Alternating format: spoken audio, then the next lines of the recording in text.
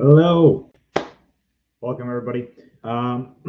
We are talking today about how to manage travel days and how to manage the scale. Getting tongue tied. Um, Two different topics. They kind of weave together. I'm going to talk about both things there separately and how they all fit together here. So we got two topics. So I'm going to try to move quickly through this so I don't take all of your Tuesday afternoon here. If you're joining live, drop your win down below. We'll celebrate some wins. My win for today is I have fully committed for a number of different reasons to do a cut and not just like a lean out phase, which I've done in the past.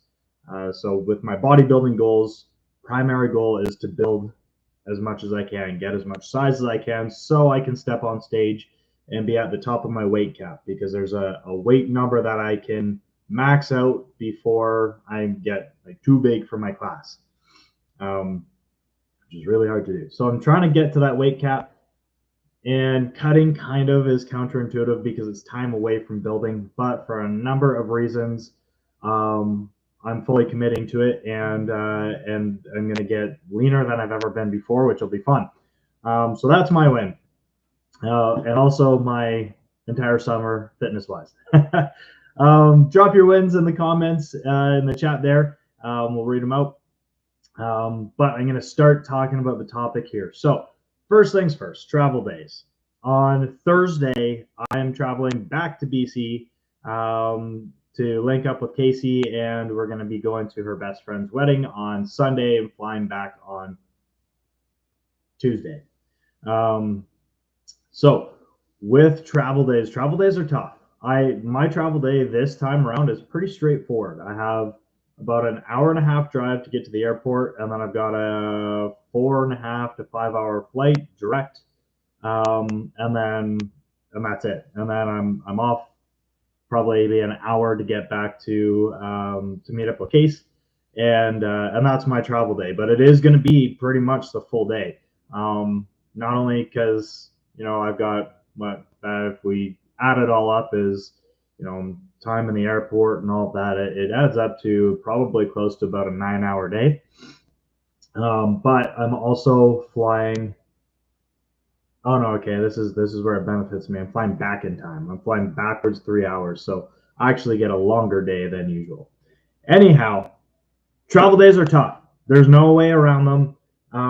They're hard because most food that is available to you when you're traveling, if you haven't packed your own food, is going to be lower in protein, lower in quality.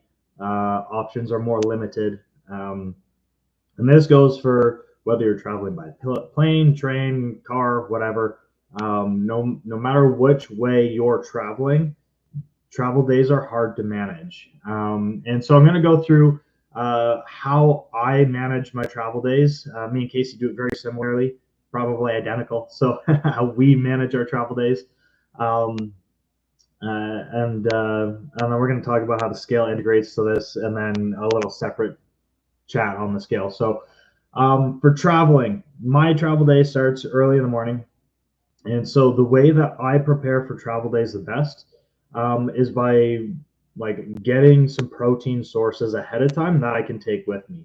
On travel days, generally, I don't follow 80/20. That rule kind of goes out the window because it is possible, absolutely.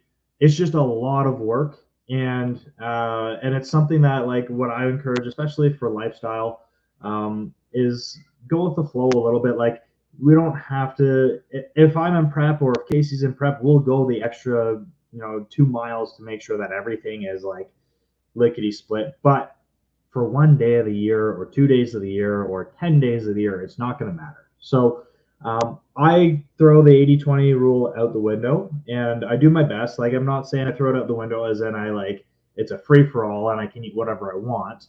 I try to eat clean because one, I just feel way better. My digestion feels better. My hunger levels are better. My energy levels stay more consistent. I prefer to to maintain as closely as I can that 80-20 rule, but I don't stress about it. I it's not like I sit there and calculate what my fun foods are or not. And so that's the first thing I do, which means I have the options of eating Subway or grabbing a sandwich at Tim Hortons, which you don't have in the States, but like an equivalent, well, not an equivalent, but another better fast food place to go would be like Chick-fil-A, poke places. Um, what else we got? Burrito places are decent. Um, so those are just a couple options that you have depending on what's around you. So um, I collect protein sources ahead of time. Like I said, got a little distracted there. So I'm going to have protein bars with me. I'll have a high protein breakfast before I go. I'll load up before I go. That's not always available to you, but protein oats are something that you can eat anywhere. If you pre-package your oat portions and protein powder and a little baggie, all you need is a coffee cup and a corner store, and you can put hot water in there and make your protein oats.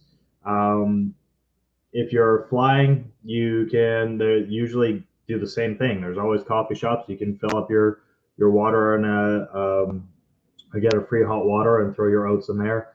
Um, Car, like I said, corner store. I don't think many people actually travel by train, but I'm sure you could do the same thing there. Um, so that's a way to get your protein in for breakfast. I'm gonna have protein bars for a snack, and I'll probably grab some beef jerky to up my protein a little bit more. I eat like 230 grams of protein a day, so I need to have more options with me than most people. And I'll probably honestly pack one meal to take with me as well. I don't like packing a ton of meals because I get weirded out if it's not been in the fridge for like, more than half a day or so. So I'll pack up a meal with rice and chicken, um, excuse me, some veggies, and it's just one meal, so it doesn't take up a lot of space. Excuse me again. Um, and then while I'm en route, I'll do something. I'll most likely go to Subway. And what I do, because again, my protein's really high, is I get a 6-inch sub with double meat. That keeps the carbs a little bit lower and the fats lower, but it brings the protein portion way up. And that's easy, super easy to track as well because it's on MyFitnessPal and it's on Chronometer. So it's like the double meat options are there. So it's really quite simple in terms of tracking and how to manage that. Other things that you can do is you can take some more protein snacks with you, like Greek yogurt and protein powder travels really well. The pre-packed tuna things. Give me 1 second. I gotta grab some.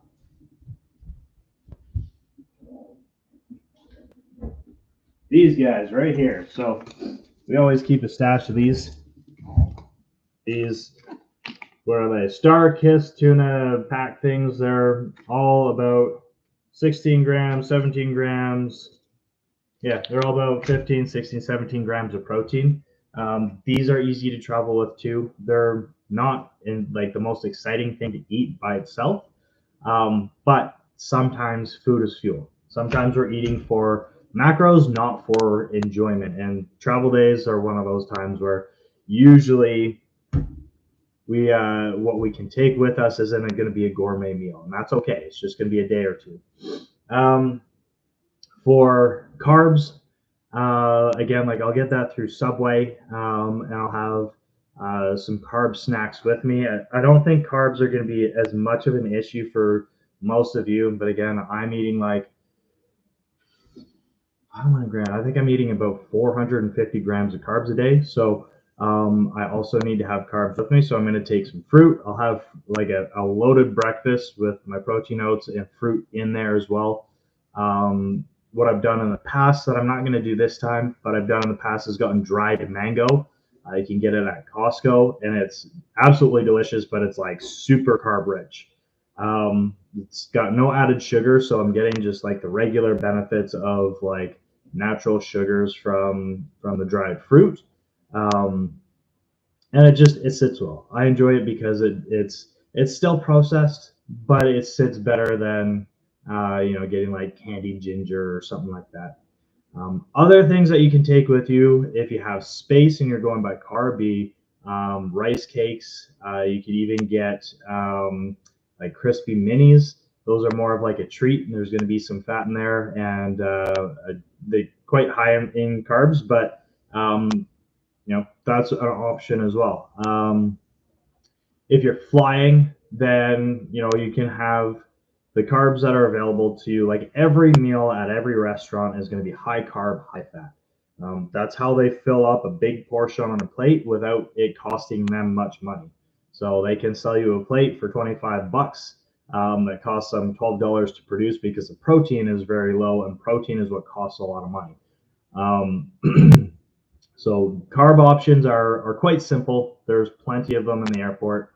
Um, and yeah, that's how I'm going to manage my day nutritionally at the airport. Now we have more than just nutrition. So water is a tricky one that I always struggle with when I fly because I hate having to get people to move to pee like 3 times during my flight, especially being on like a 5-hour flight. So I always choose an aisle seat. I get more leg room, and I don't have to get in anybody's way or bother anybody to get up and pee. I just get up and go when I need to go.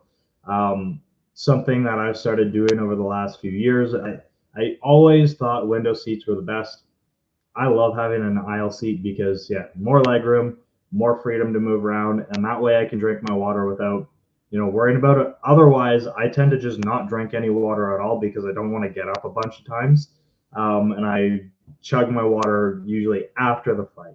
I used to try and chug it before the flight, and it inevitably ended up that I would have to pee like crazy before the plane even took off, and then I was stuck for like 15 minutes, like rocking back and forth while the plane was like taxiing out and taking off before I could actually get up and go.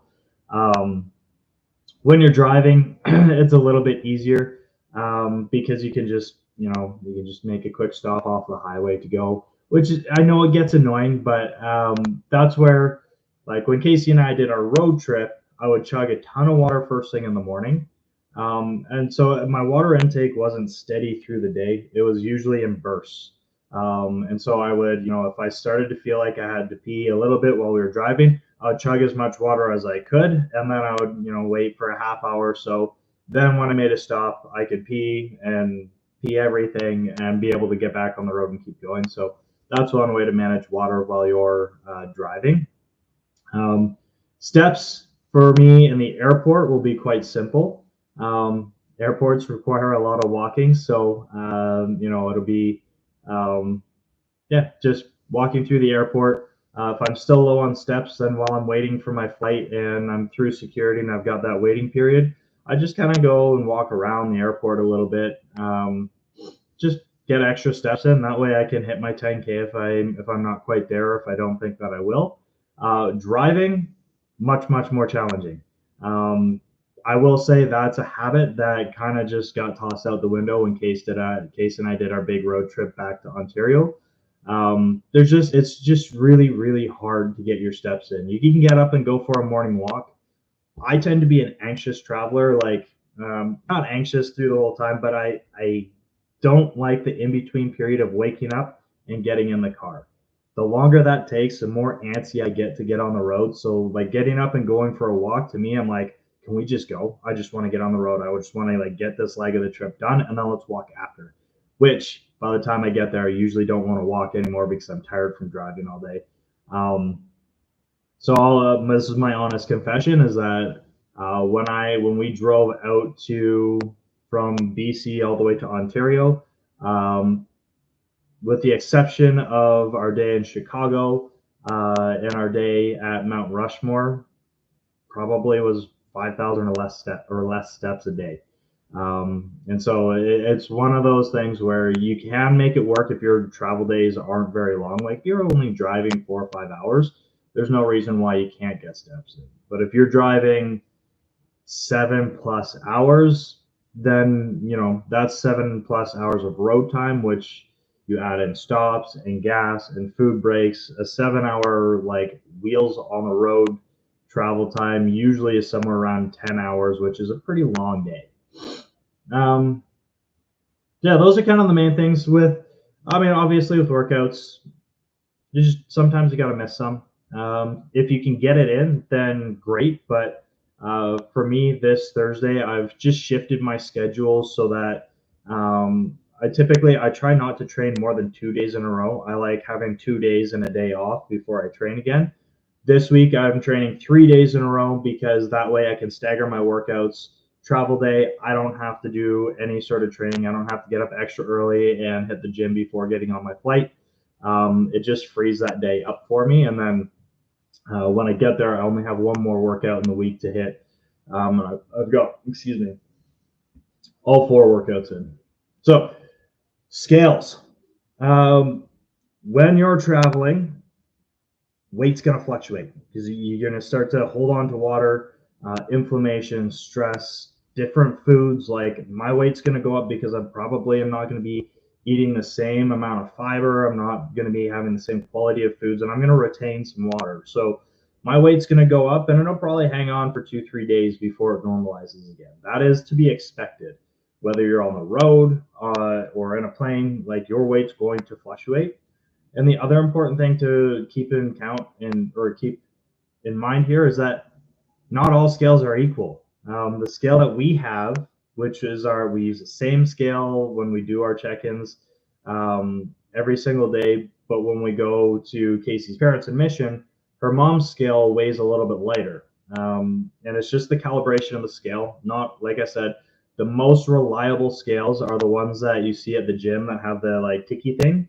But of course, you can't really get on one of those scales first thing in the morning without having any food or water in you, having eliminated everything from your body, and standing on it naked. So, I will say what I have done in the past, if you're going to use one of those scales or a scale that's not in the privacy of your place, what I have done in the past is I've weighed my clothes at home and then I've got on the scale and I just subtracted that. But that's a little bit like intense, and we wouldn't expect you to do that. That's just me being like super anal about like my check-ins and stuff. So you don't have to do that.